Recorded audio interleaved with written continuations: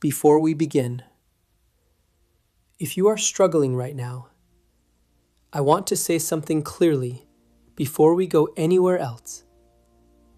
It is not a character flaw. It is not weakness dressed up as sensitivity.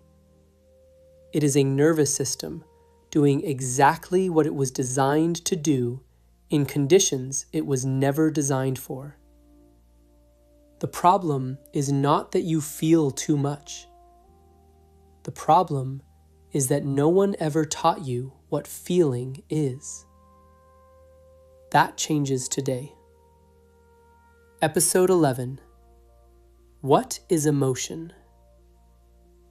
Let's find out. 3 fractures. Let's call her Michelle. She is not a case study. She is someone you probably know. She might be you. Michelle works full-time. She runs a household. She holds everything together with the particular exhaustion of someone who has never once been told that holding everything together is itself a kind of labor. Morning. She is at the kitchen sink, dishes in her hands, a meeting outline forming in her head. The kind of multitasking that looks like calm but runs entirely on adrenaline. Her husband walks in. Hey, is that ready yet? Can you hurry? That's it. 7 words. But her chest contracts. Her throat narrows. Something behind her eyes pulls tight like a wire. Inside, why is it always me? Does anyone see what this costs? She smiles. She moves faster. Something quietly closes inside her. Afternoon. A meeting. A number in a report is wrong. Her manager asks, not unkindly, "Did you double-check this?" Her breathing becomes shallow. Her jaw tightens. Her mind begins building a case against itself. Inside, no matter how hard I try. Evening. Laundry, homework, dinner. A cup spills. A voice she doesn't recognize as hers says, "Stop." Silence. Her child's eyes. Her own voice still in the air. Later, in the dark, one hand on her child's back. Why did I say it like that? Guilt. Powerlessness. A low, familiar verdict against herself. Hello, I'm Dr. Yoshi. Welcome to the Rewire Lab. Before we continue, one breath. Slow inhale through the nose. Gentle pause. Longer exhale. You do not need to relax completely. 5% softer is enough. Here is what this lab is not. It is not a place to fix yourself. You are not broken. What we are doing here is more interesting than fixing. We are learning to read a system that has been sending you signals your entire life in a language nobody ever translated. Today, we learn the language. What emotion actually is. Here is the first thing to understand. The word emotion comes from the Latin emovere, to move out, to set in motion. Emotion is not a state. It is an action signal. It does not arrive to destroy you. It arrives because your brain has detected something that requires a response. Michelle's anger in the kitchen was not irrational. It was her nervous system registering, "Something I value is not being seen." Her anxiety in the meeting was not weakness. It was her system asking, "Is what I've built about to be damaged?" Her guilt at night was not self-punishment. It was her values trying to course correct. Emotion is not the enemy. Emotion is information. The problem is, we were taught to manage it before we were ever taught to read it. The gap. From a neuroscience perspective, emotion typically arises at a gap. A discrepancy between what the world is and what the brain expected. Michelle, morning. I work this hard, and I don't feel seen for it. Gap. Michelle, afternoon. I want to be competent. I made a mistake. Gap. Michelle, evening. I want to be gentle. I yelled. Gap. The size of the emotion is often proportional to the size of the gap, and to how long that gap has gone unacknowledged. What looked like 3 separate fractures in one day was the same wound opening 3 times. The prediction engine. Here is where it gets genuinely interesting.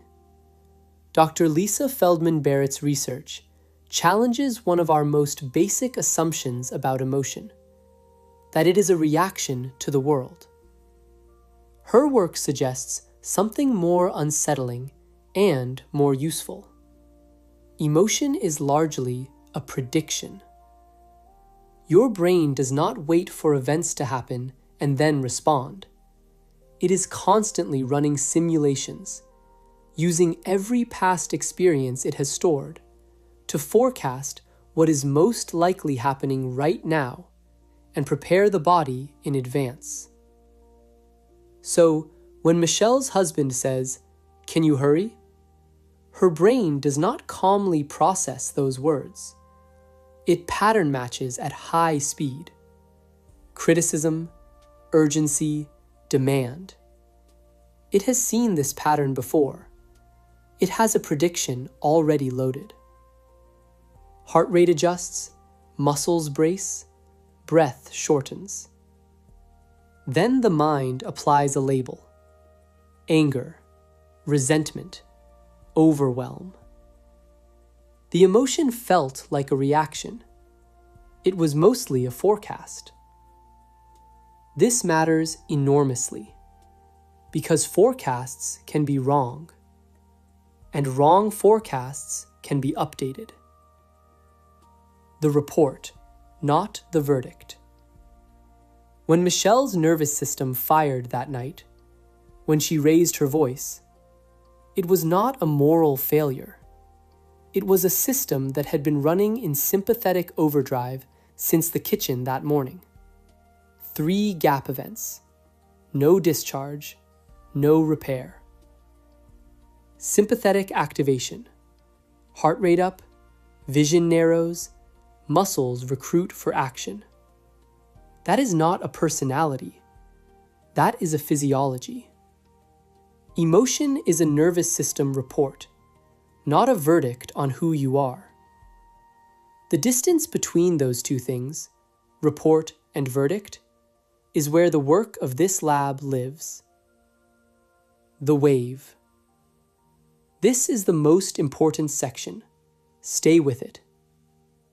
Dr. Jill Bolte Taylor identified something through her own experience of stroke and subsequent neuroscience research that I consider one of the most practically useful ideas in modern emotion science.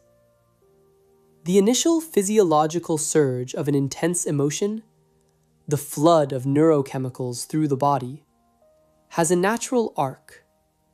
It rises, it peaks, it begins to fall. The window she describes, roughly 90 seconds. 90 seconds for the chemistry to move through. If the emotion lasts longer than that, and it often does, it is not because the emotion is stronger than you. It is because thought has re-triggered it. The mind replays the scene. reconstructs the slight, rehearses the argument, adds new evidence. Each replay releases a new wave. Each new wave feels like the original wound. Michelle, lying in the dark, replaying the evening. She was not experiencing one emotion for 2 hours. She was experiencing dozens of 90-second surges back to back, each one launched by a new thought. The emotion fades, the story renews it. This is not weakness. This is how the prediction engine works when it has no other instruction. The instruction we're building today: when you feel the surge, you don't fight it, you ride it, and you watch for the thought that tries to launch the next one. 1. Reset. Let's do some experiment right now. Where is the tightness? Chest, throat, shoulders, jaw. Don't try to dissolve it, just name it once, quietly. Tight chest. Now, soften your gaze. Let your peripheral vision widen. Right, left, above, below. Wider visual field sends a specific signal to the nervous system. No predator requires my tunnel vision right now. 1 long and slow exhale. Notice if your shoulders dropped even slightly. That is not relaxation. That is neurobiology doing exactly what it should. 1 question. When emotion moves through you, do not suppress it. Do not perform calm over it. Insert 1 question. What did I actually need in that moment? That question does something specific in the brain. It shifts processing from the subcortical threat response circuits toward the prefrontal cortex, the part responsible for meaning, context, choice. It doesn't eliminate the emotion. It changes its function from explosion to information, from verdict to signal. Michelle's anger? I needed to feel seen. Michelle's anxiety? I needed to feel stable. Michelle's guilt? I needed to feel like the mother I'm trying to be. Not one of those needs was unreasonable. Not one. The emotion wasn't the problem. The absence of a question was. The next morning, Michelle stands at the same sink, the same kitchen. Hey, can you hurry? Her chest tightens. But this time, something else happens alongside it. She notices. My brain just ran a prediction. It prepared me for threat. The chemistry is already in motion. She doesn't fight it. She doesn't apologize for it. She asks, quietly, to herself, what do I actually need right now? The answer doesn't arrive immediately. That's fine. The question alone interrupts the automatic sequence. The question alone buys back the steering wheel. Same kitchen, same words, different nervous system.